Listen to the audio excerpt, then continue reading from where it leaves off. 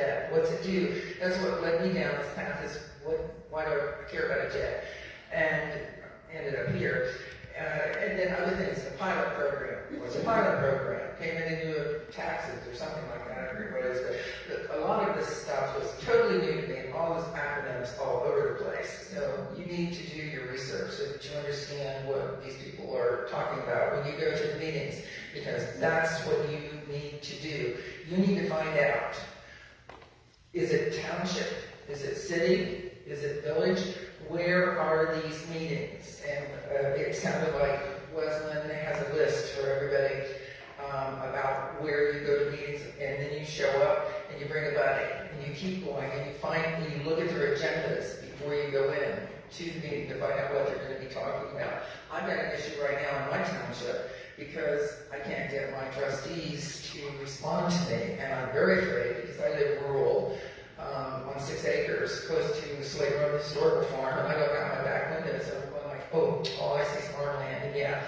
Then I look at the data center on 23, it's just north, Route 23, it's just north of the, what is that? Snyder Dam, yeah, we still call it Snyder Dam, the casino, or whatever that thing is there. Big, huge billows of, we don't know what, coming from the data center. The other thing is the data centers in Asheville, they were going to be like 0.01 of a mile from a school, multiple schools. That's how close they were going to be to schools. So you need to find out facts like that, and that makes an impression.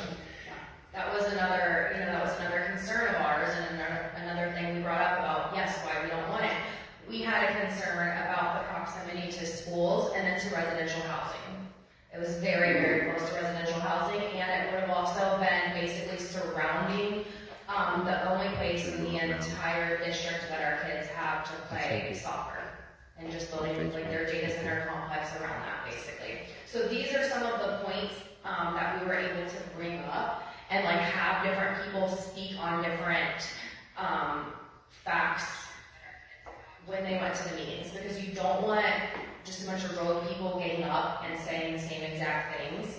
That's going to lose attention really quickly. And when you think about it, you're trying to influence these, elected officials as well. So you want to create a coalition and a movement, and that's what we did, and we were very strategic about it as well. Rachel was in a different group. I was in a group of 6. There were 4 women and 2 men. We just sort of we would see each other first couple of meetings, and I would listen, and anyway, we somehow got together, and we called ourselves the Avengers. And we did plan the meetings.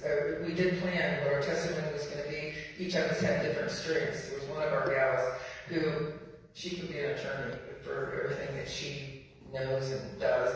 Another guy, he works for Coda in Columbus. He bought it out where he made a wonderful sign that says no data center, and he actually drilled each letter and put little twinkle lights in it, and they ran on battery packs. So that was at every council meeting that we went to, and Facebook's really your friend when it comes to organizing. Yes. Another thing that I will say we did really early on, at one of the first meetings, this was an idea that we got from some people that came and spoke to us like this in Dublin. And we started having people wear red to every single meeting as visual opposition to the data centers. So, I went out and I literally bought this red suit. I'm getting really tired of it too. It's my signature now, right? I've got more use out of it than probably any outfit that I have. But I started wearing it to all the village council meetings. So you would come to the meetings and there'd just be a sea of red of hundreds of people. And I think they started calling us the redcoats at the meetings. And then some of them also got the no data center shirts. Another thing that I believe was very effective, just because like the community opinion and showing that there's true opposition is important. So, there are some people that are just gonna go complain about everything, and like the elected officials know that, but when they see true opposition from the entire community, That's where it's gonna make a difference. We made no data center signs, and we strategically placed them on high traffic areas throughout the community. So I was driving here today, and I saw a bunch of your signs strategically placed, and that is exactly what we did with the no data center signs. We also had badges made. This was all self-funded. We had to move fast. Yes. We did not have a lot of time. So, yep. I saw the t-shirt shop in Nashville. I go, I had t-shirts like in 3 days. So you have to move fast. If you've got a timeline. We had a timeline. Yeah. Buttons. Yeah, so the buttons and like the shirts and just the wearing red, I think was like a huge influence, and we literally wore red to every single meeting. I think I talked a little bit about this, but I would recommend doing your research up front and understanding the process of how these things are gonna get built. So whatever the current situation is, I'm not sure. I described ours a little bit, how we knew that it had to be annexed, and then it had to be rezoned. So like backing up from there, what are the things that have to be voted on, and who are the people that have to vote on them? And figuring out where to focus. Where do you need to spend your energy, and who do you need to influence? So we were able to, our village council was voting on the annexation, and that is the part that actually failed in our situation. They weren't able to annex the additional land into the village for that piece of the data center. And I have to give the mayor of South Bloomfield a lot of credit, because practically the first thing he ever said to me was, don't let them annex the land. You have given away your bargaining chip. That's what they needed in order to be successful. Do you know, who knows how many football fields will fit in 686 acres? Anybody? You get a prize if you know. I had no concept, 600. That's 623 football fields. And 623 football fields. That was going to be built in Asheville. Close to, it was going to be belching, whatever it is that comes out of and smells and hums and vibrates. Do you want that in your community? I mean, you've got to move. You've got to move quickly. And what Rachel, I hate the term, but I love the term, is find your tribe. We had a little group of 6. We worked together. We each had a little specific job. One week was letters to the village council, and I'm not a resident, so I didn't send a letter, but 4 in our little tribe sent letters. I'm a resident of Asheville, and this is what my letter is about. One girl is a firefighter. She's wonderful. And she talked about the safety of the data center. And guess what? The data center would be across the railroad tracks in Asheville. Fire trucks couldn't get to it, and we were notorious for having trains that stop and stay on the tracks for long periods of time. So we each had a different approach, but they hit at the same time.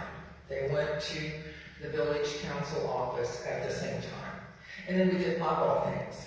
It was Christmas, but it was cold. And there were 3 of us, 2 guys and me, were on street corners in Asheville. Your kids were going to see Santa, whatever weekend that was. And we were having a 3-hour period, and we handed out 200 flyers to people who were driving by in Asheville on a Saturday morning. And the majority of those people, what's a data center? What does all this mean? The community needed to know about it. I think you went door to door. Yeah, we made flyers ourselves, and we also went door to door to get the word out. Because to your point, there's a lot of people that aren't paying attention, to local politics and what's happening, and I was one of those people until October. And so we went door to door just to tell people and talk to them and let them know that this was happening. I would also say get the news media involved. We did that, and that was effective. So we got our, the local newspaper, and then also the Columbus news stations would come down. You were on TV all the time, but there's Rachel in red too. I don't know how many interviews she gave, but they did. They were interested, because it's becoming a more well-known. People know what data centers are. They maybe don't know what a data center is for sure,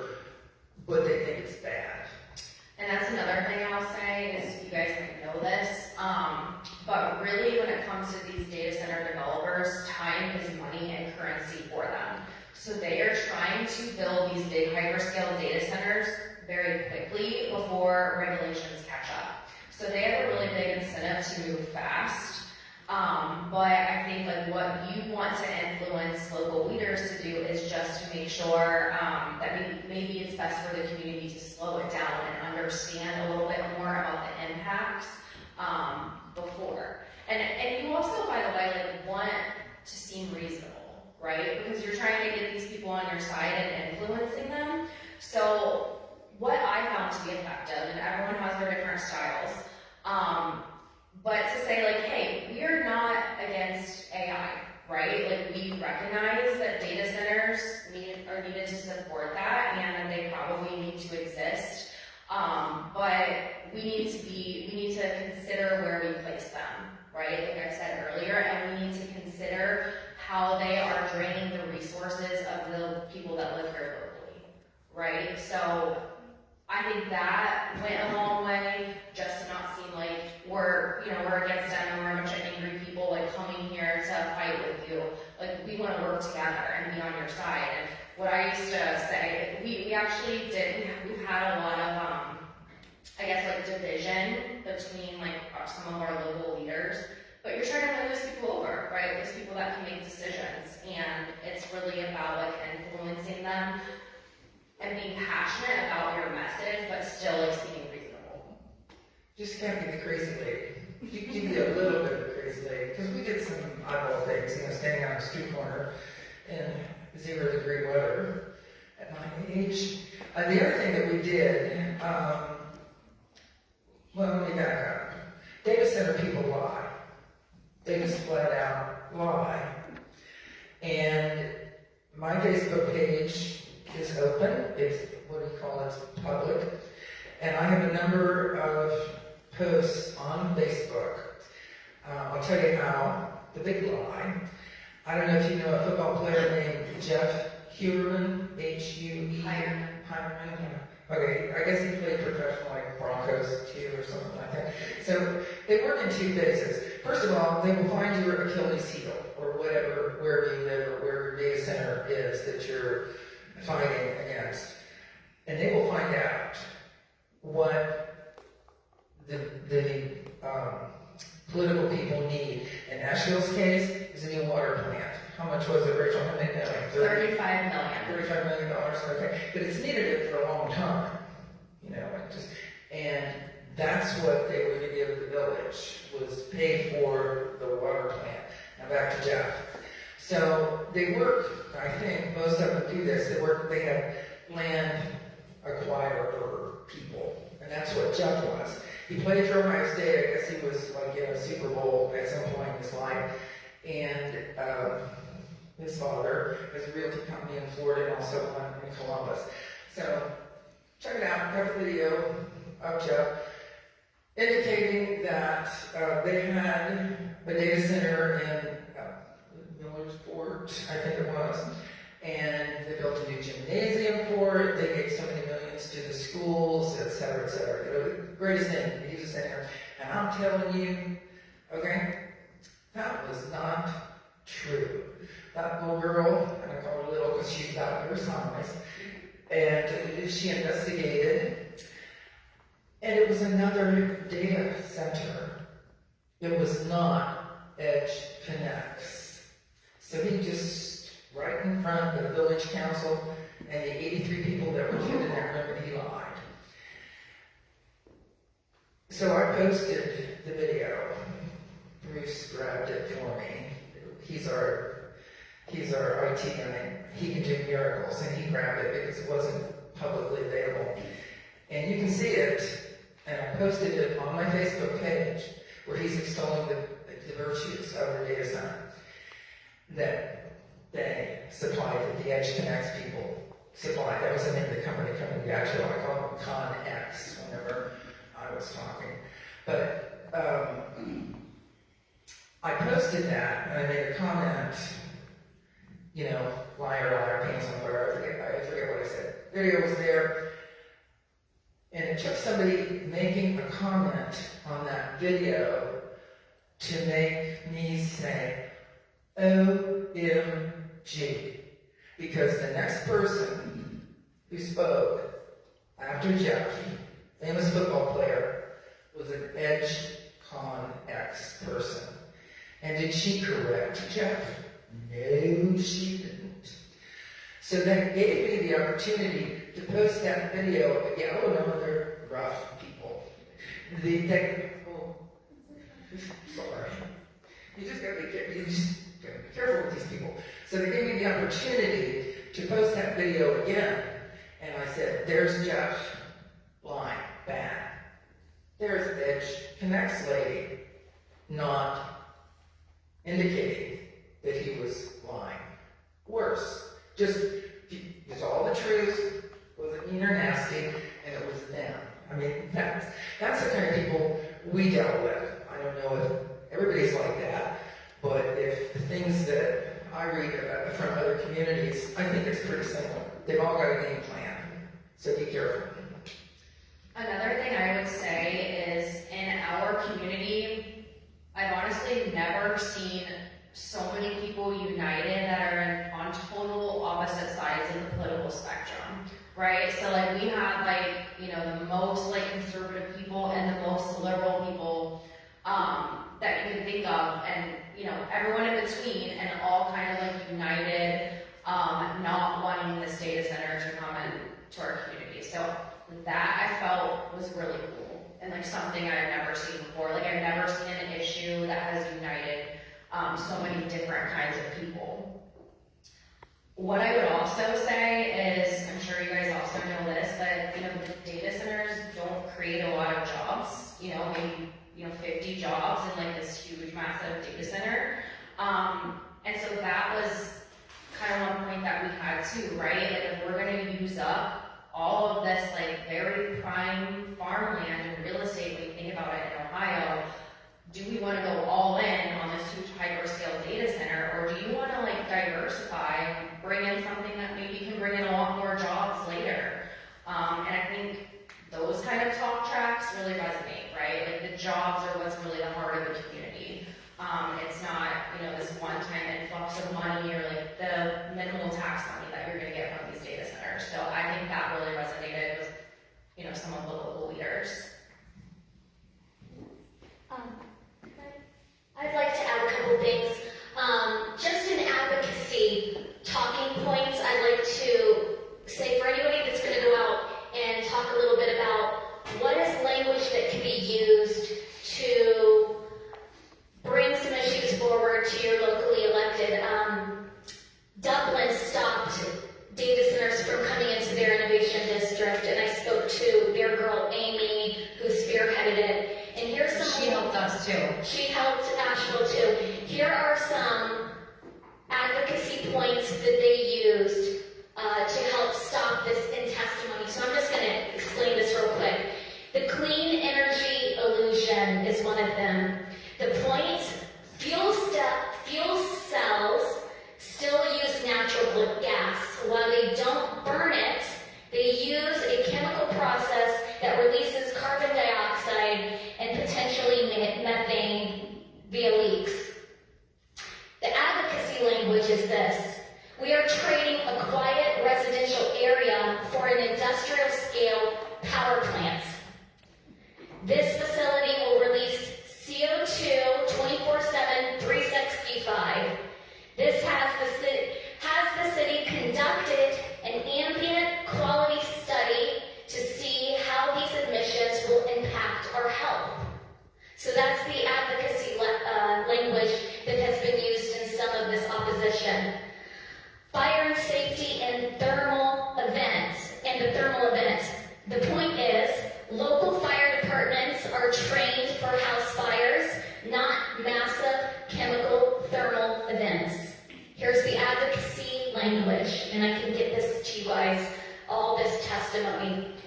Advocacy language is, our local fire departments, are they equipped to handle a chemical emergency fire? That's a real question to ask.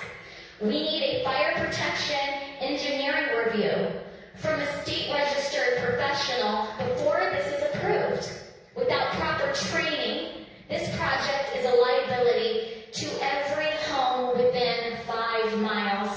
And I have to hand it Fire Chief Doug Stewart, I actually heard him use very, very similar arguments against solar farms when we were having those hearings in front of PUCO in Richwood. All right, we have underfunded fire departments across this district. If our fire chiefs start to step up to the plate with the permission of their township trustees and make these arguments or equip their township trustees with these arguments, this can move the needle. So you really got to focus on public safety here because, guys, listen to this once again. When these large complexes receive 100% tax abatements, keep in mind there might be a pilot program that sends some money to the school district, which is wonderful. Our school districts need that money. Now, hey, here's the way I think. While you guys are getting a 30% increase in valuation, they're getting, a real good deal over here because instead of paying $55 or $75 million in property tax, they're paying $15 million, and the schools might get $1 million, a year over time. I'm not really sure. It's different everywhere. But it is that argument for public safety that our fire departments are not getting a dime most times out of these data center deals. So in Jerome Township, there was a presentation where it said the township received so much money. The township actually did not receive money. There was a pilot program. It went to the county, and our fire department that has spent hours in Jerome Township at these data centers have never been given one dime from these data centers to fund that. You are funding it, and they are benefiting it, and they don't even have the proper training to deal with it. So that's some advocacy language that I wanted to impart. High pressure. Sorry, I was gonna add one more thing that we did too while you're on that. I wanted to be able to just hit this from all angles, right? Like I felt like I was in the show House of Cards, honestly.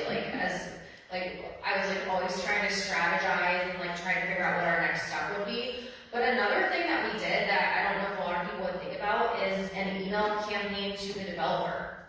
We had a bunch of residents email the developer as to the reasons why we did not think that the data center was a good fit to the community, because they need to feel the pressure too, right? So that's another angle. That's a great idea. In fact, I can say that although I was not involved in this, I did assist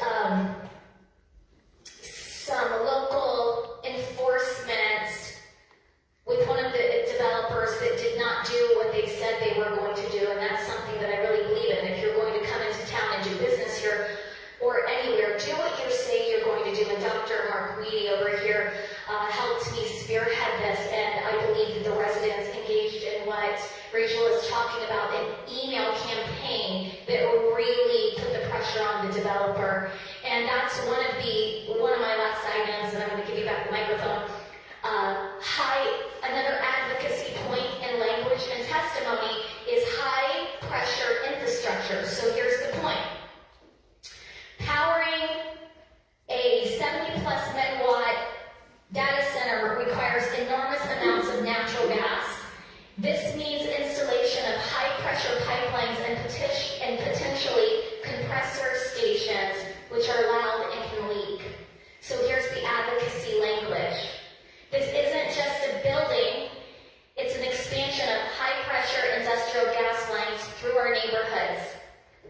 We are not a sacrifice zone for infrastructure that the current grid can't even support. So these are lines that were used in testimony that were highly effective in Dublin and other areas. And so I'm going to give this back to Sue and Rachel, and then we're going to wrap up with some local people who have also dealt with some things as well. Do you, so one situation that we were dealing with is they were doing the behind the grid power, so they were going to build a power plant, I forget, it was a humongous power plant. And there were a lot of safety concerns, obviously, for the homes that were going to be close to that power plant. So I just think it's important, it takes a lot of time, but really get to know like this exact situation here so that you can speak intelligently on it, you know, when you're going to meetings. And I would just really encourage you to like build that coalition, like make it a movement and try to make it really energetic, so that you know, like, people start to join and start to take notice. About what they're like, you need to start researching. I mean, it's actually pretty interesting. As far as fire suppression, with data centers, I mean, it's like a big room like this. And if you remember, if you're old enough, and I think a few of you are, the early computers, you know, mine sat under my desk, and it was, I don't know, 2 feet tall and probably another 18 inches long and wide, you know, maybe about 9 inches. Okay, that was my CPU, my central processing unit. That was my first foray into computers some time ago. Now, my desktop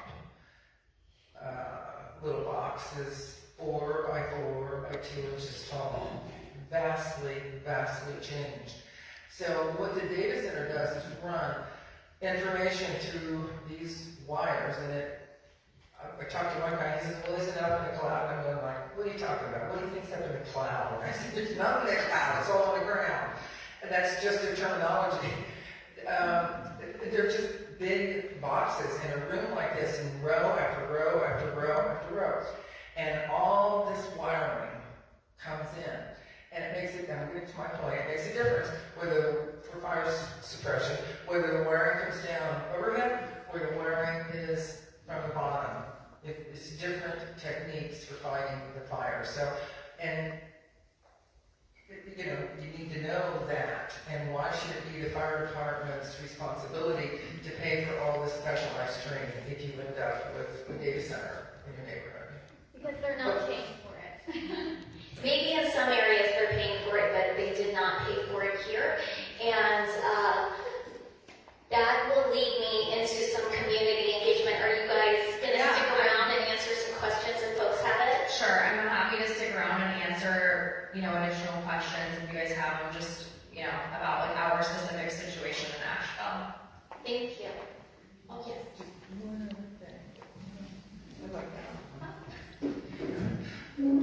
There are so many different kinds of Facebook pages.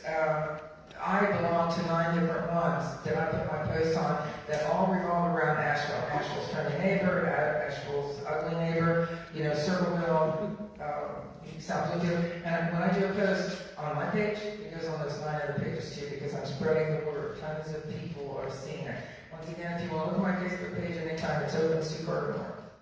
Steal my right. We will. We'll make all this testimony available. Thank you, Sue and Rachel, for coming all the way from Nashville.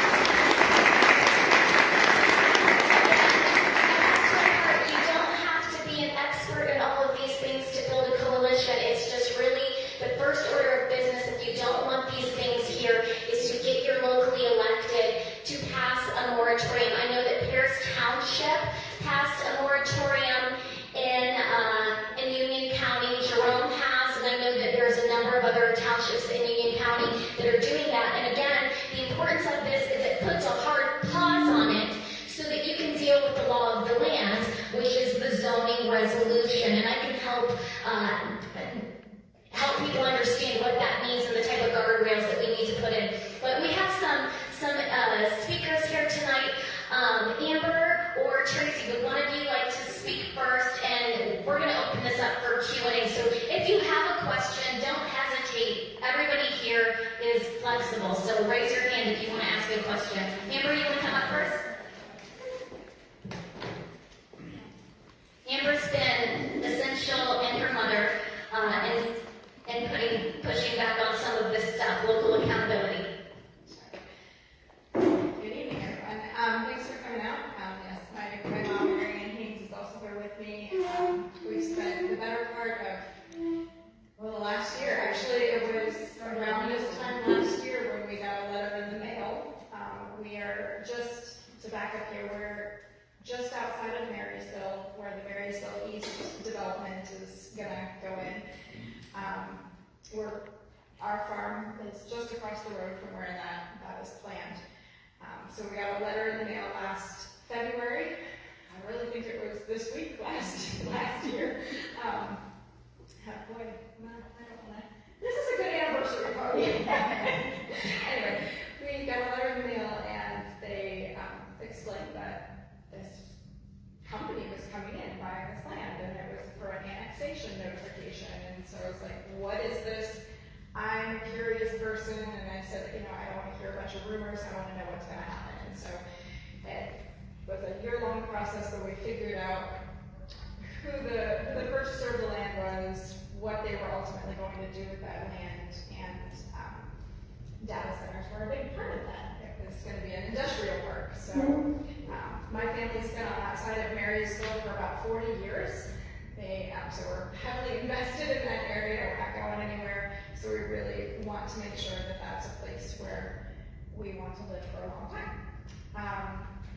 So through this whole process last year, there was a group of residents from our area that got together, similar to what you were describing, educated ourselves a lot, and ultimately ended up negotiating with the New Albany Company, who is the folks who came to Marysville. Little old us negotiating with the New Albany Company. Yeah, so New Albany Company, we ultimately wanted, this industrial park came in parcels. So they like to buy up land in smaller chunks and they kind of jam it all together as one industrial park. They get around some of the regulations at the state level that way, where they don't have to do certain things to the annexations.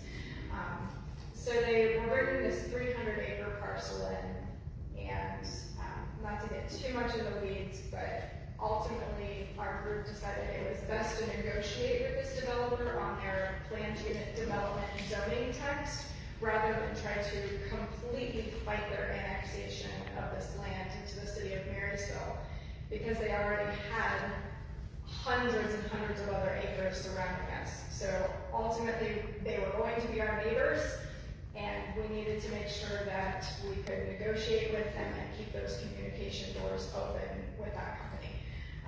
So our tactic was a little bit different. I would have loved to have just stopped them from the get-go, but we were told it was originally going to be residential that was going to come in that area, and they changed the zoning text. So that's another part of it. That's for another day. Our group is now called Neighbors for Responsible Growth. We also have red t-shirts. I'm not wearing them tonight, but through Neighbors for Responsible Growth, we were able to do a lot last summer with changing that planned unit development zoning text, getting that as livable as we could for the residents in that area. And since that time, what I'd like to talk to you about for a few minutes here is what we have been working on since that moment. So one of our members in NRG got us connected with the water, this is on wheels, the water quality lab through the College of Food, Agriculture, and Bioengineering at Ohio State University. When speaking at length with the faculty from this department, they enlightened us that even if no water is pulled from the ground by data centers or other industries, there will be a huge impact to our community's aquifer over time from just the sheer volume of impermeable surfaces where there once was open farmland. Dr. Lorraine Murala, she is unable to be here this evening, but she's an assistant professor of watershed management and data analytics at OSU. She's explained to our group that one way to gather data and understand what is happening with our water supply is to install monitors on the wells of residences within the community. This way we can establish a baseline of data before any industries move into the area. Some of her goals are to develop research that may guide environmental policymakers and modelers to investigate and implement solutions that result in optimal sustainable outcomes. Unfortunately, like I said, she's not able to be here. She did want me to share a few things on her behalf. Currently, we have a short list of residents who are willing to have these monitors installed on their wells. However, this covers just a narrow portion of Union County. Dr. Morella is interested in knowing if there are other people or businesses who would be willing to have monitors installed. These monitors are operated remotely and just collect data regarding water levels throughout the year.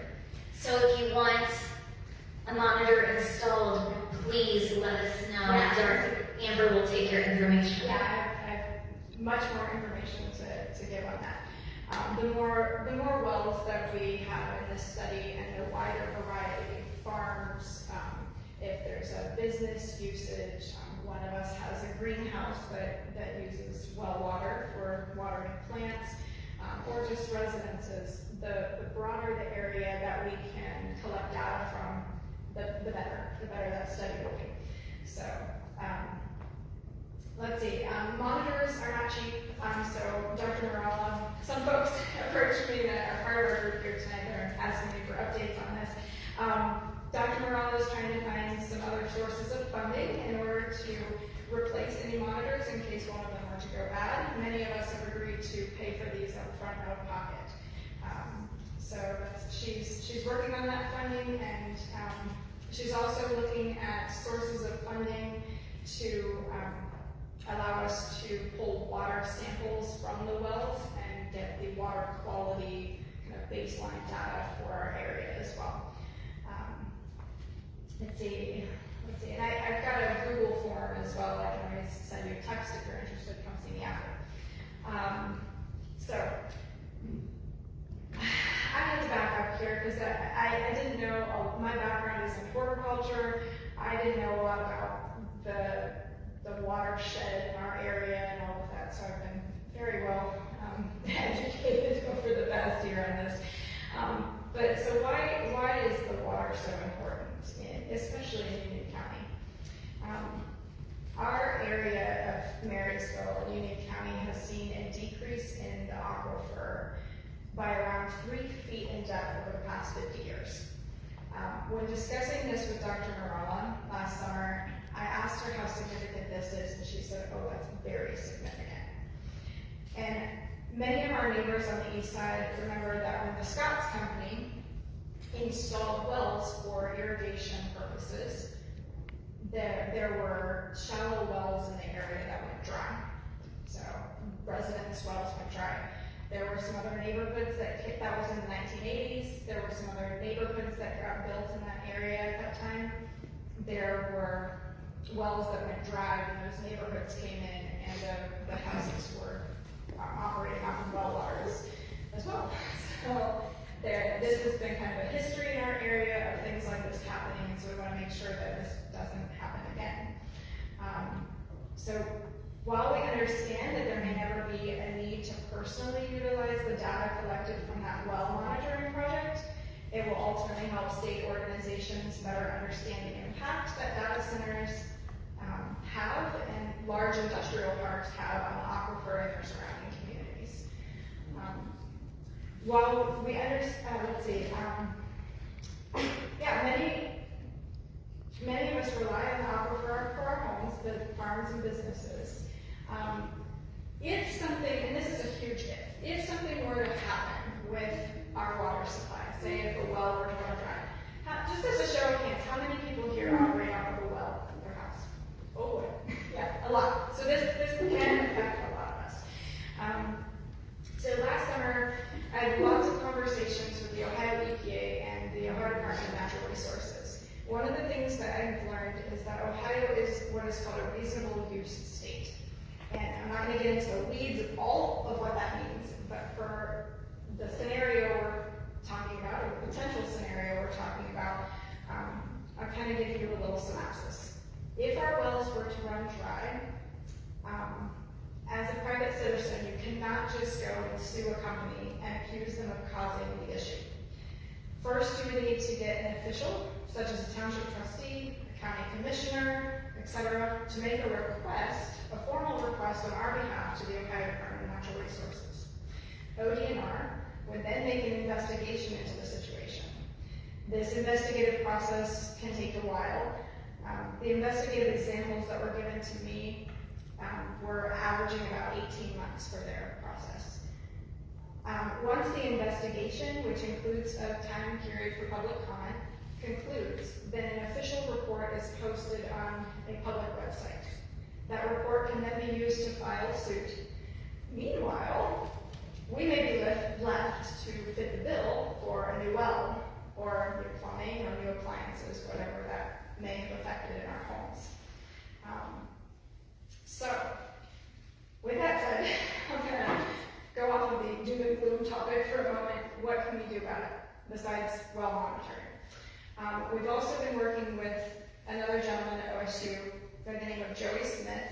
He's from that same department, to gain grant funding to install a wetland within the Marysville community. He's also unable to attend this evening. We've got a few people that were hoping to be here. Why is installing a wetland exciting news? Another thing we've learned throughout this process is that stormwater runoff from industrial parks can be filtered and cleaned by these wetlands. Wetlands also slow down water runoff and help mitigate flooding in areas that are already prone to this, and allow the water an opportunity to percolate back into the ground and recharge those aquifers below our feet. Jody has a great deal of experience in researching and installing wetlands and rain gardens at a large scale. He spent time in, don't always like to talk about China, but he spent time in China studying what are known as sponge cities. Again, I had no idea what a sponge city was until last summer. I didn't know that was a term. But a sponge city is basically a city that has, instead of using detention ponds and stormwater runoff drainage systems throughout the city to just filter that water or allow that water to flow downstream, these sponge cities are putting rain gardens and wetlands in strategic areas within the city and surrounding the city in order to collect that rainwater runoff and allow it to percolate through the ground, first filtering the water and allowing it to recharge those aquifers. One of the things that has come to our attention that is concerning, I don't know if this was brought up earlier, the Ohio EPA is currently considering granting general wastewater permits to data centers within the state. What does that mean?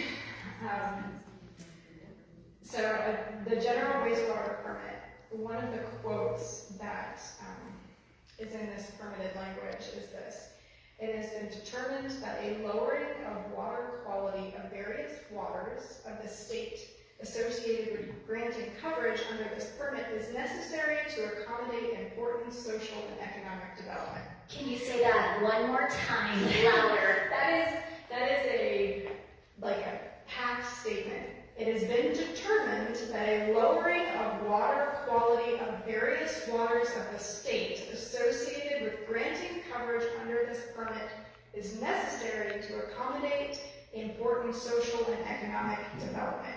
They are literally saying that water quality standards will be lowered by allowing data centers to dump their wastewater into local waterways. So Marysville East, my husband and I have a 35-acre farm on that side of town, and there's currently one data center that's just started breaking ground on Industrial Parkway, and there's a second one that's been proposed, 600 acres. All of that water from those data centers, all of that entire drainage system flows right to my farm, which ultimately dumps into Mill Creek, which is part of the site of the watershed. Currently, that creek that runs through our farm has no name. We call it Blackbird Creek. Blackbird Creek. It's quite a healthy stream. It has freshwater mussels and clams. And if you've heard any buzz about what's happening in the Darby watershed recently with the mussel study, they're the canary in the coal mine. When there's any bit of pollution in the streams, they're the first to go, and that's why those mussel studies are so important for the health of that ecosystem and so this is something that's very important. The time frame for public comment on the EPA potentially relaxing those those regulations has passed, but keep your eyes out, keep your ears open. I'll keep you posted. What's happening. That would affect not just us in our community, but that would affect the entire state. And anytime a corporation comes in and what's being negotiated is lowering quality that directly impacts our quality of life, I think that we all need to take a pause and really pay very close attention. And a part of this is coming up with, frankly, policy ideas to pass through the state legislature to make sure our communities and our resources are protected and serve you, not big tech expansion. So one of the things kind of pairing her, kind of coming off of that is that, so Joey Smith at OSU is helping us get grant funding to install these wetlands in Marysville. We're hoping that we can get the funding. We're in the final stages of that grant process, but we know that can take a while. So the exciting thing about that is if you already have a data center in your community, it's not hopeless. Let's try and make lemonade out of lemons. So what can we do? If these data centers come in, which we know they're coming, and they have already, one of the things that Joey is working on doing is the grant money that he's actually going after is grant money from Google. Most of the big tech companies that are coming have policies that they call their water positive policies through their company, or water positive initiatives. What that means is they want to put more water back into the community than they're removing. So if you can piggyback on that idea, then you might be able to get a positive benefit for your community from a bad situation. So going after that grant money and knowing where to go for, if you are interested in talking to folks like Joey Smith at OSU, I would be happy to get you in contact with him. But that is something that is a much needed resource, I think, throughout our Central Ohio region. I wasn't going to cover this, but I have two more quick things. The first one is that there is a Central Ohio Regional Water Study that was done by the Ohio EPA. And I've recently learned that there are several places in Union County which are classified as a gap. And there's different parameters that cause that gap distinction. But basically, to boil it down, is that what they classify as a gap is that there's it's kind of a negative, I don't know how to describe it. It's where the rate of withdrawal is often the same as or greater than the rate of the system being recharged. And it's there, like I said, I can point you to that study online in the maps, and you can teach yourself how to go through it. There's some great tutorial videos on how to use that regional water study map. But there are several places in Union County that have that gap distinction. Not that I want to be distinguished in that way, but that gap classification currently. So that's something that's we've got to know this stuff, and you have to be well educated when you're going before city councils or village councils or township councils. You've got to know this information. There's one more quick thing for the city of Marysville specifically. Ryan Bouchon with Bouchon Well Drilling, he was the president of the Ohio Water Well Association. He worked quite a bit last fall with Julie Kramer. She was, before she left office, she was councilwoman for the city. They worked on getting a well permit application process in place. That's what required within the city of Marysville. That was passed in December. Hooray! This allows city officials to have a heads up on who's drilling wells within the city limits, because that's currently just a county health department thing. So now the city officials can be aware of when those permits are being requested. Which I think is is critical. We need our elected to be involved in understanding what's going on in that regard. Yes, thank you. So that is a lot of really great information. I wanted to make sure that you all know, if you go to my website, there is a link where you can contact me and request information or ask me questions. So if you want this information, all you have to do is go to my website, datasforstaterev.com. Make sure you ask me for any information you want, and I'll make sure that it gets to you as well. Tracy, did you want to say a couple words? You're good right now. Does anyone want to speak? We have Bill McCartney. We got Jonathan Alder in the house tonight. Oh, okay. Yeah, you're fine. You're used to being live on camera. Well, I just had a question. Oh, sure. So, as we know right now, really the only two viable options for.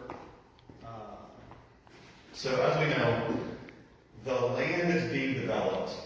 What the sellers of that land was going to sell the land regardless, right? Because they got an offer that they couldn't refuse.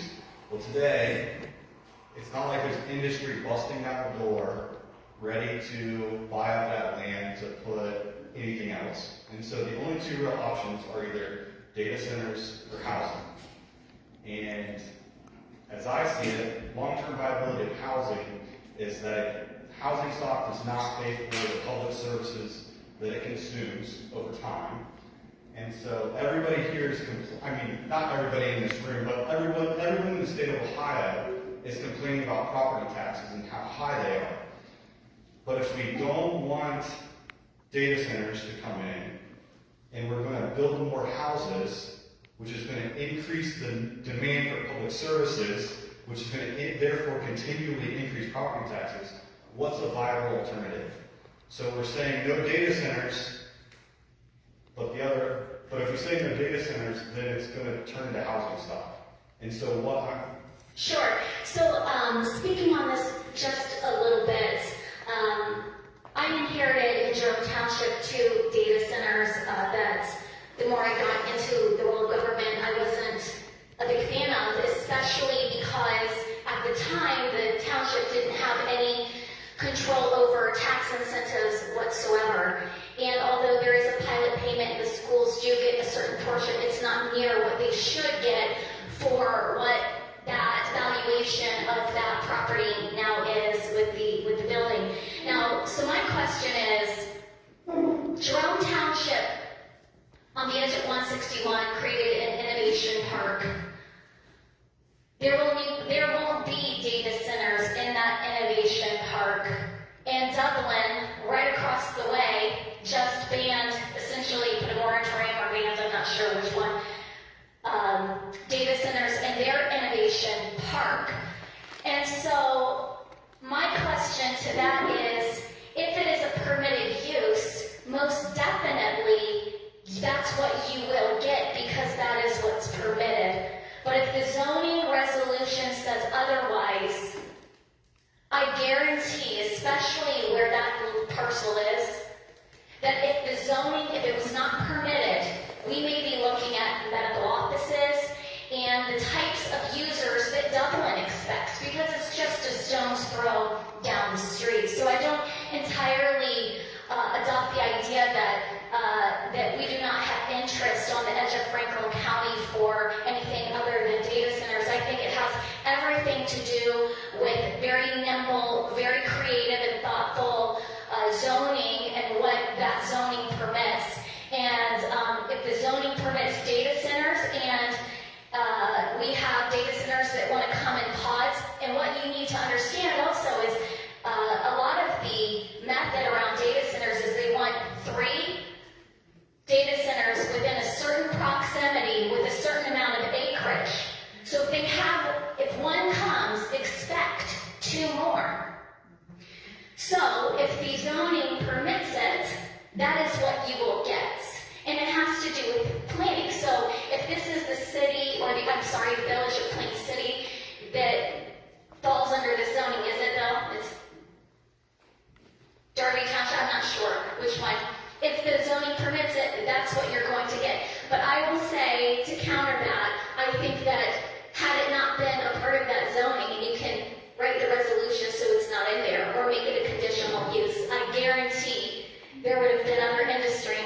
the door. We are the breadbasket in this area at the southern edge of this district in that we have highway access, we have water. Well, I know over there the water's a little iffy, but if the zoning permits it, that's what you're going to get because that's the hot ticket in Ohio and they're all coming in pods of 3. So I hear what you're saying, but unless we put a moratorium on our communities, rethink our zoning resolutions, and reintroduce what that looks like, we really won't know the answer to that question, I don't think. And that's what I'm encouraging tonight, is that if you're passionate about this and you want to see more jobs in the area, and you want to see more commercial tax revenue that is actually paying for services and also helping the schools out without adding more heads to the classrooms, then we need to take a hard pause, advocate for a zoning text amendment, rethinking our zoning resolutions, and use that 12-month moratorium wisely to rethink what that zoning looks like with your local entity. And I'm happy to, like I said, give you the guide of how you can engage in that process. Is there any other questions tonight? Yes, sir. The lady in the red. Oh, yeah. So, I'm coming here.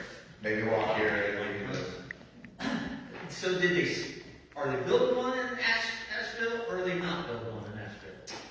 Well, that's the $1 million question. At this point, the annexation for, I think it was 485 acres was declined, and it did not pass through the village council, so they're not able to build that.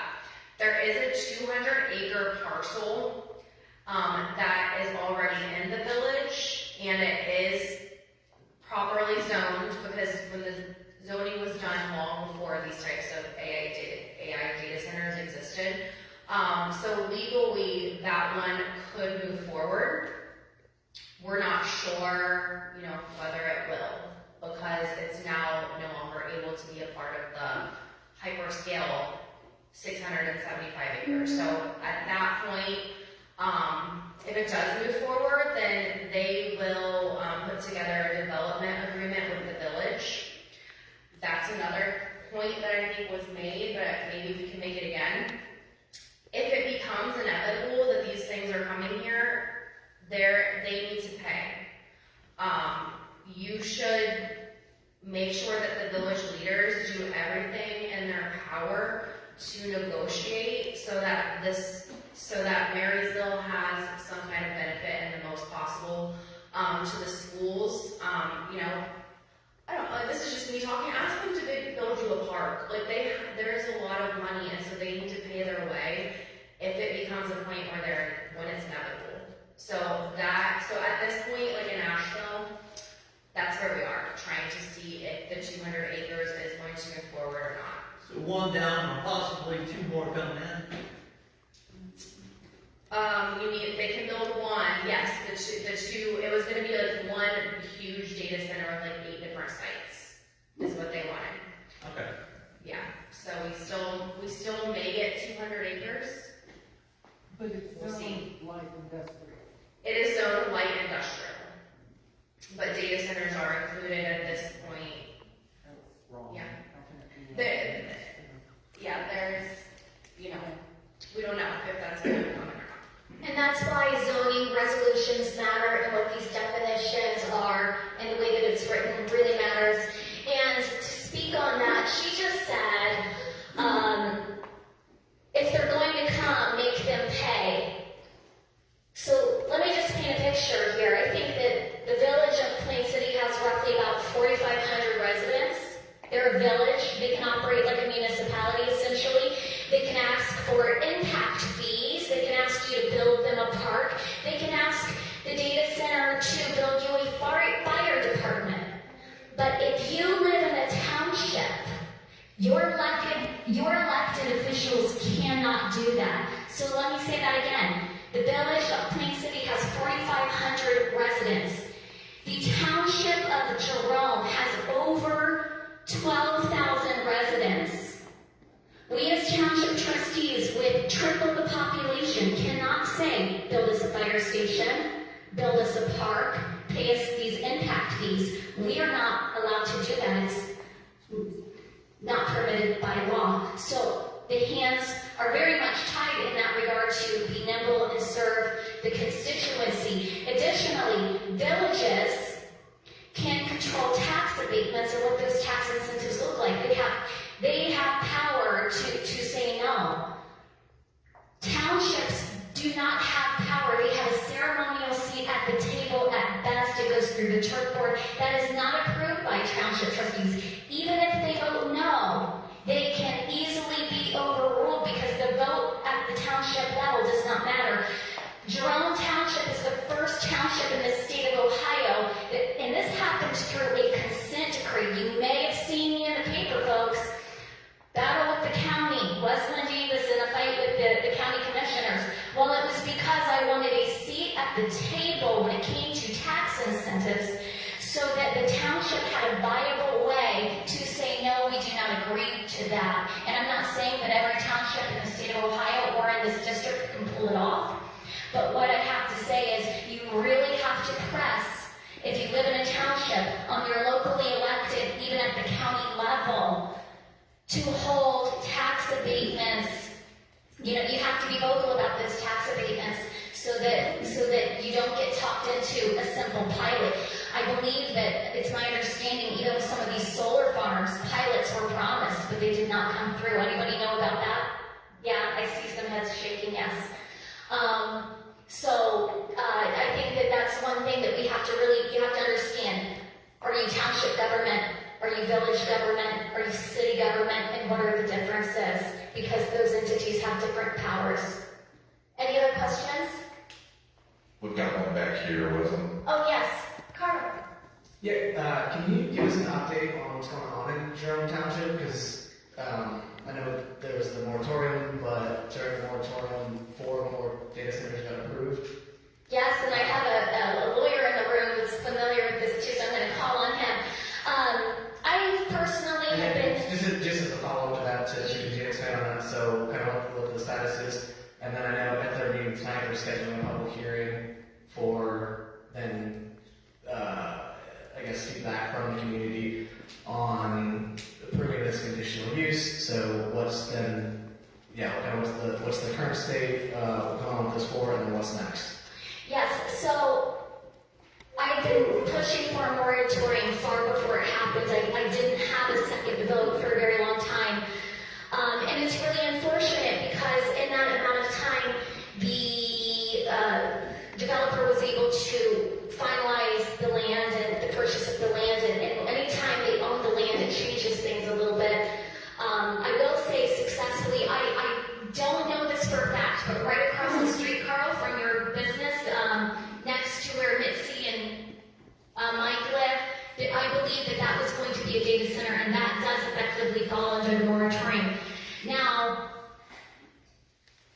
7 days before my term ended, a zoning permit was approved. I did not know about that until about 2 weeks after my term ended, and I found out through a very vocal resident who called me and asked what happened. And so what happened was they threatened a lawsuit because they owned the land, and they said they put in hard money. And under law, a zoning inspector, planning coordinator has their own powers. They can approve a zoning permit even without the permission of a board of trustees, and that is effectively what happened. And legally speaking, we have somebody in the room who's very familiar with this, and I'm going to pass this over to Joseph so he can explain in his words what he believes transpired there.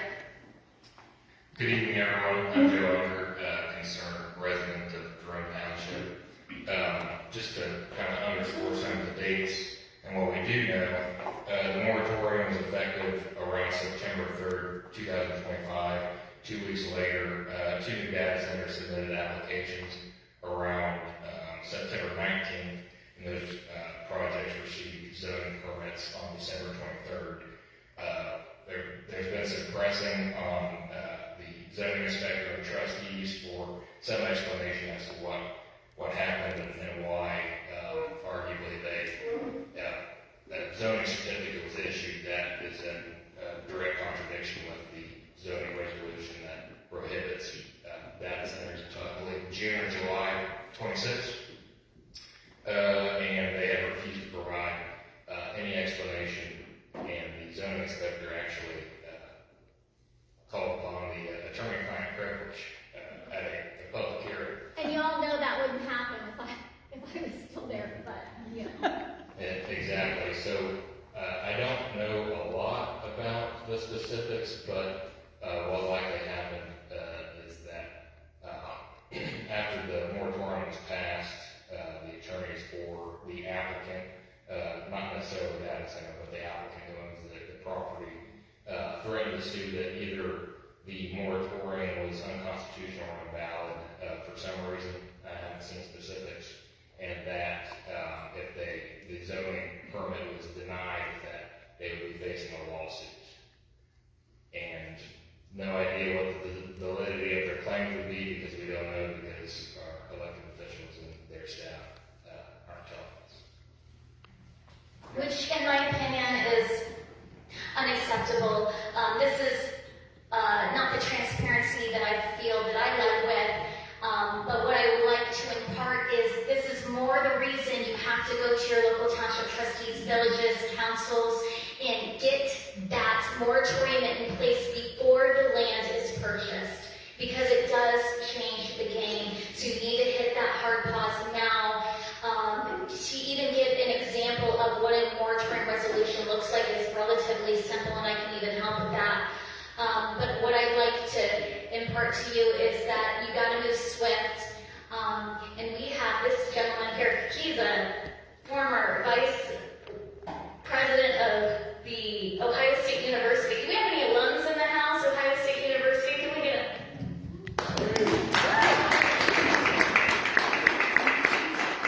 Mr. J.C., would you like to say a couple words?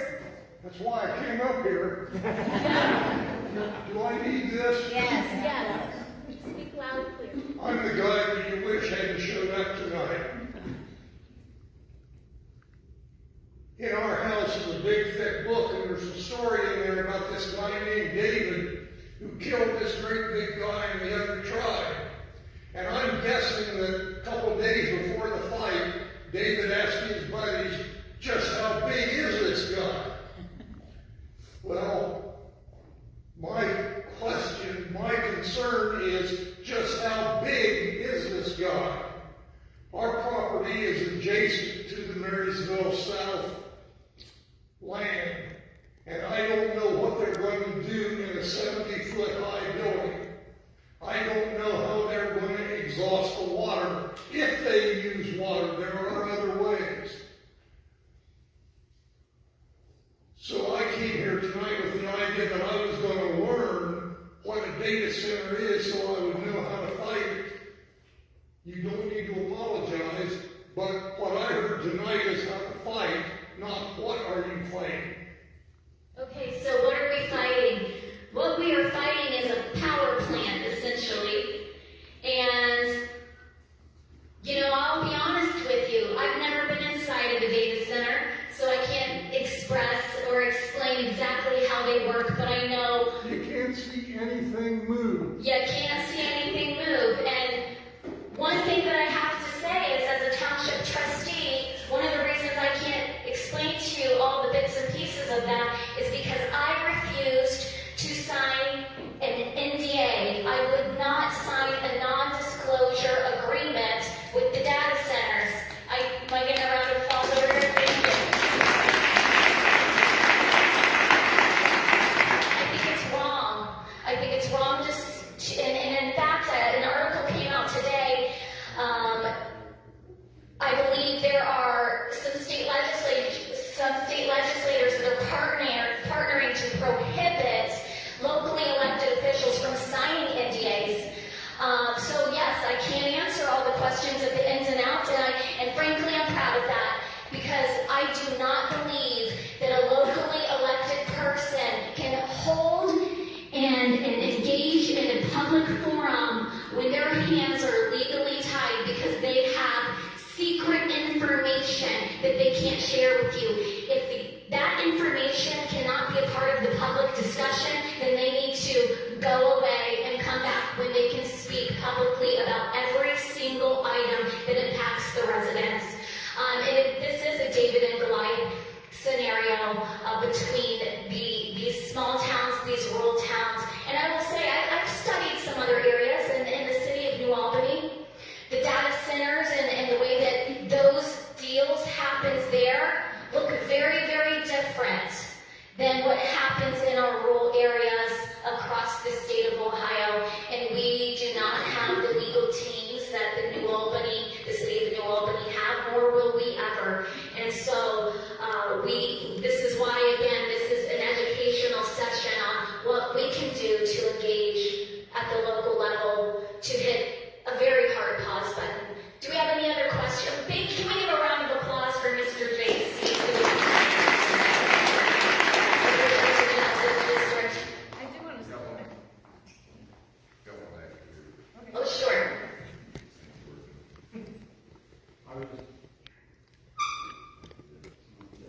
I was just going to ask, as our future state representative, are you going to push for legislation to ensure that companies can't bind elected officials to an NDA? Yes. In fact, if that doesn't happen before I get there, I will absolutely do that. What I plan to do in forums like this and in any engagement that I have with our constituency is I am building a kitchen cabinet in this district. Okay, I'm going to give you a little bit of a campaign talk right now. My campaign, not my last primary nor this primary, will you find any Columbus Insider money in my campaign finance? You will not find lobbyist firms in my campaign finance. You will not find big PAC fund. You will find a PAC in my campaign finance, and that's for a reason. If I can't put my own skin in the game and get our district to support me, whether it's 5 and 10, 20, 100, whatever kind of donation, and your vote, and your support, then I shouldn't be here. And so, when I go downtown to the State House, you can rest assured that the policy that I bring forward comes straight out of this district, and straight out of the mandate that you give me, not for instance, my opponent is funded by organized labor unions that are building and expanding data centers, and IGS, which is affiliated with the expansion of solar farms. I feel that when you take donations like that, you are beholden to a level, and that's not something that I would do. So when I go downtown, this type of forum, speaking with Amber, speaking with Tracy, hearing questions from Mr. JC, this helps me to shape policy. My friends from Asheville, this helps me to shape policy, and it is your mandate that I will champion forward, and yes, NDAs and prohibiting them is a part of it. Any other?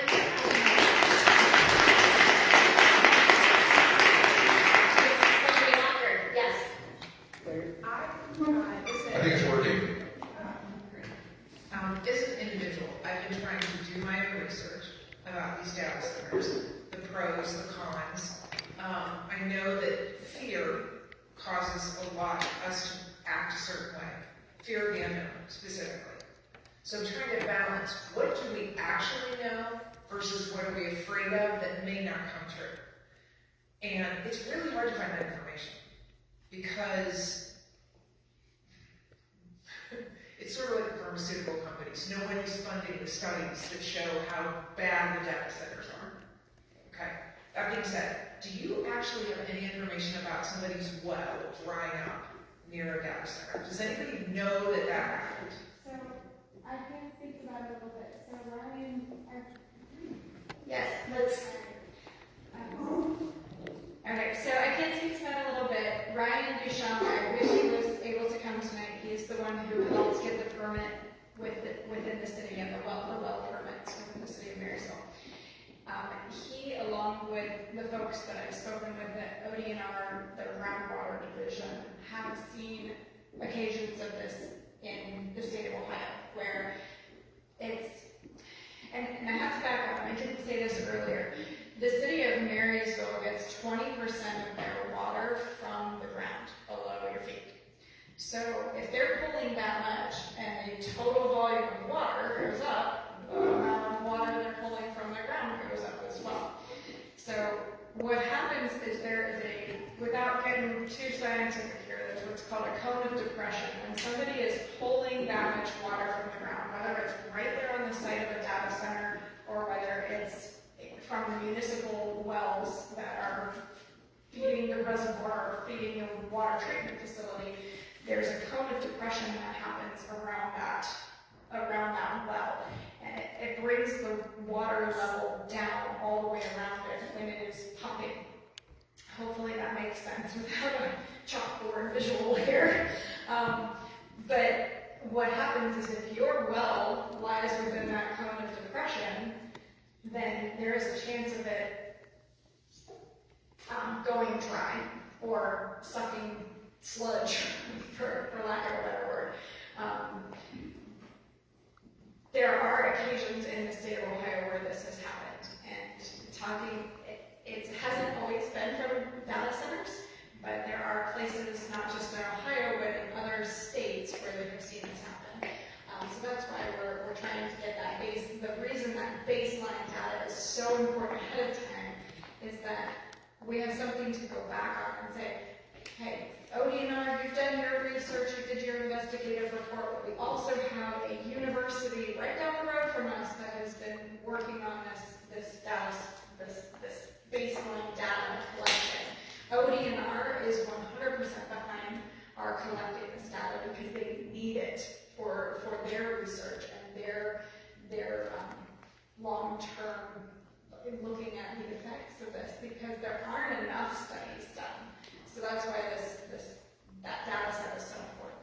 And Sonia, just so you know, I was speaking to a senator, mentor of mine who is experienced, one of our leaders in infrastructure, and really understands the aquifers in Ohio. He told me on the phone the other day, and he was giving me, and I'll send you the study, or anybody else who wants it, but there are other states where not just data centers, but industries have come in and have required a certain amount, and there were aquifers that were totally depleted. Once a beautiful, very lush area full of water, now it doesn't even exist anymore. So we do have to be careful, and I'll send you that information. I want to tell you that an employee of the Marysville Water Department told me that the Marysville Water Department has okayed the request to provide water to Marysville South. So what wells are you talking about? So the city of Marysville gets 20%. The city of Marysville gets 20% of their water from the aquifer below our feet. Yeah. So, Which is the same aquifer. Yeah, the same aquifer that many of us, that aquifer doesn't stop at the city limits, it keeps going. So it's that same aquifer below us that they're pulling water from. I didn't come here to argue, but do we agree that an aquifer is not a well? An aquifer is what your well is tapped into in order to pump. I'll accept that.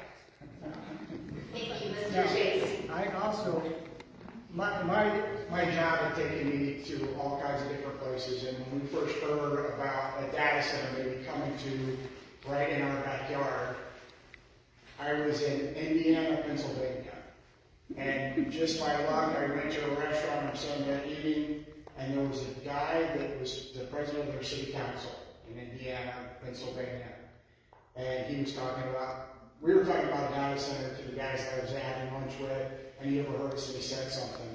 He said, we thought it was the best thing ever that we were going to get this data center because it was going to give us all kinds of money, all kinds of jobs, and it was great when they were building the construction because they had 1,500 people there building this beautiful data center for them. They ran the town dry of water. They actually had to divert the Susquehanna River in Pennsylvania to feed this town with water because they drained their aquifer there. So that is something that we definitely have to think about. What what's going to happen when they do this. So, my little 2 cents worth. I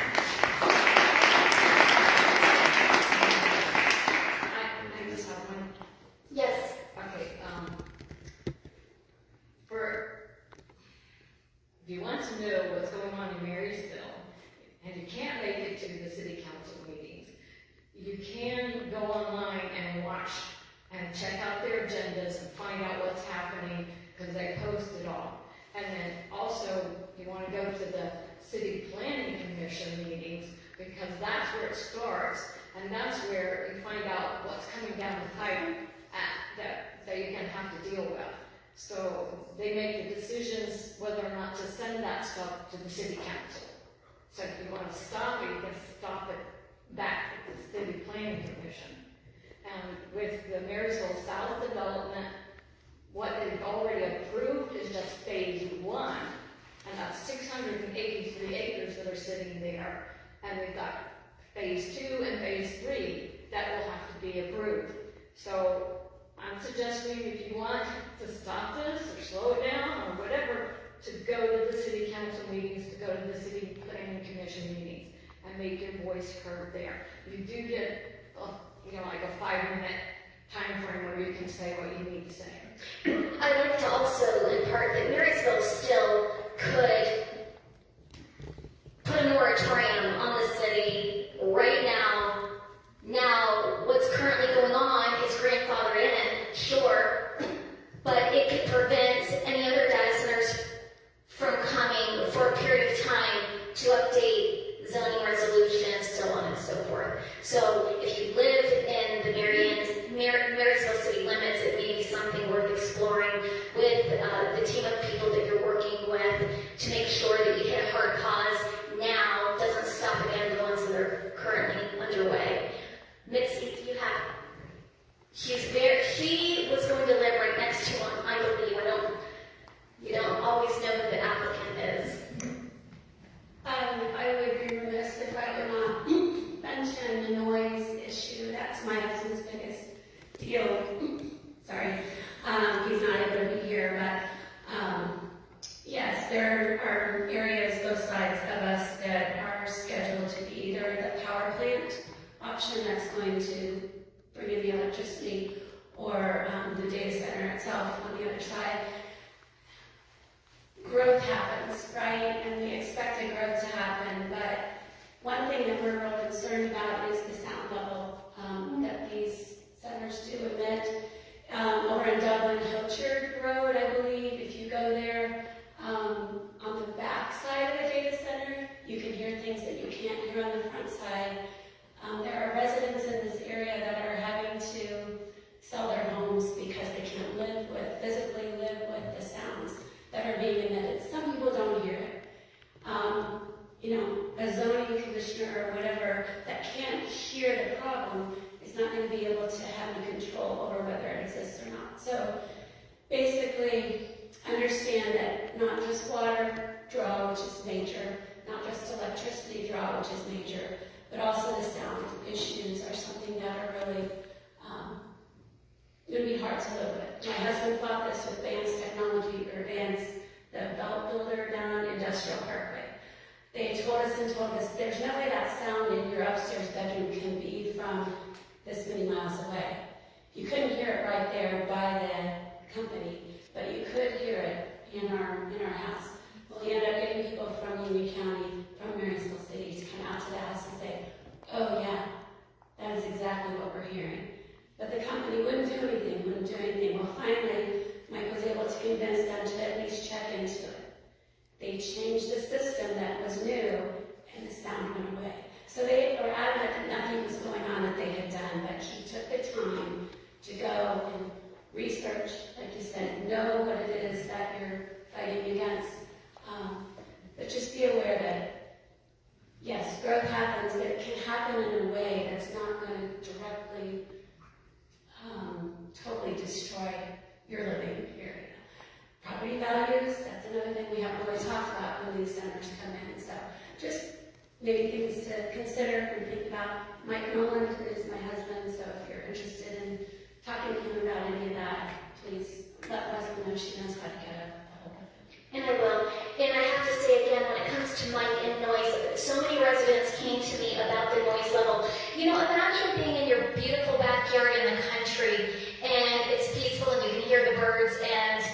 don't hear constant buzzing, but now you have this concrete block in your view, and now you hear a constant buzzing. It would almost be like you live in the country, but then now all of a sudden you have a highway next to your house, and it's just that constant buzzing that is going on. Well, how do you deal with that? The only way to deal with that, and I'm going to just hit home with you guys, you got to advocate for that hard pause. But just because they say, I'm just throwing a number out here, 50 decibel, I don't know, is legal or appropriate, that doesn't mean it's pleasant. It doesn't mean that it doesn't affect your quality of life. And the only way to really deal with that is if your township or your local entity isn't going to fix the resolutions to get them out of here completely. Your conditional use permit that goes through your Board of Zoning Appeals and how that is written, that is where that will be dealt with. And it needs your voice and it needs your advocacy to shape that language. Just like I'm telling you, as a state representative, you're going to help me shape this language to carry forward. You've got to help shape this language at the local level so that you can protect your quality of life. You got to keep in mind, people that sit on Board of Zoning Appeals, they don't get a crash course or a master's degree, but they don't even get a crash course, nor do they have a master's degree in any of this stuff. These are residents donating their time to attempt to deal with it. So your engagement is critical. Any other questions? Yeah. I just have a comment. I know I've been running around trying to get all your comments here, so I'm taking my time here, but historically, this issue is a relatively new phenomenon. I mean, at this scale, to have data centers at 1 million square feet plus, acres and acres, huge campus, I think it is safe to say, and it's fair to say, that the reaction has been impulsive. I mean, there hasn't been requisite planning to the long-term health impact, environmental impact, economic impact, financial. So, why such the impulsive response? And then, you have to look at who these companies are. It's Amazon, it's Google, Microsoft, run the gamut with it. Do they live in this community? Does Bill Gates live here? Does Jeff Bezos live here? Do any of these other tech bros live in Union County or Marion County? Hell no, they don't. Maybe unless they're visiting Les Wexner over in New Albany, I don't know. But if it does negatively impact us, and there's many indicators that it does, these elite will not have to suffer the consequences, especially when they're getting sweetheart deals with all these tax abatements and TIFs and everything else. So we need to, I think, plan and make sure that whatever is done has a really large helping of sustainability. Would you agree with that, Wezlynn? I do, and that's where I am concerned, because even if Elon Musk is saying 3 to 5 years, data centers on the ground, on our farmland, is irrelevant. I'm wondering what we're going to do with these big windowless concrete blocks in less than 10 years from now. And that's very concerning, because I don't really see that generating revenue for offsetting our costs. And then furthermore, you know, they decoupled transmission and generation in the 90s. And, you know, when you look at transmission, the power grid and electricity and building substations, keep in mind your township trustees don't have any oversight over a substation or how that works, or, you know, any policy input on that whatsoever. So what we do know right now, though, is it's absorbed. The construction of the infrastructure required currently, in most cases across the state of Ohio, you are paying for the infrastructure that you didn't ask for, what you're saying you don't want, and maybe we don't need. We don't know that we need, because we're being told told that we need these. And so that is why, again, I'm here to help build this coalition and hit this hard pause button on this. Does anybody else have anything they want to add or questions? Real quick, do you believe the city council have done any dates as far as the agreement? Because I know most of them personally. I've talked to a couple of them, and they kind of blew me off. I don't know the answer to that. I don't know if the council members in Marysville have signed non-disclosure agreements. Yes. So, I'll never sign one, so I promise you that. Any other comments before we wrap up? I know we've talked a lot tonight. It's been a lot of information. No?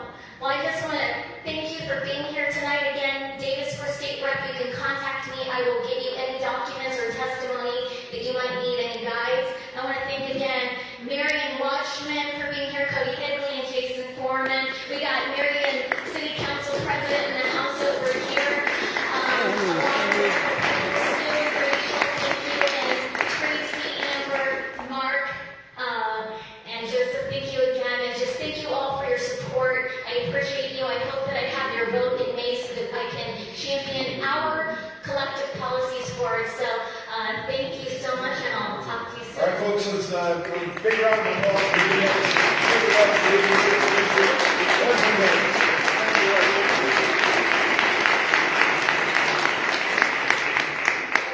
Thank you guys so much.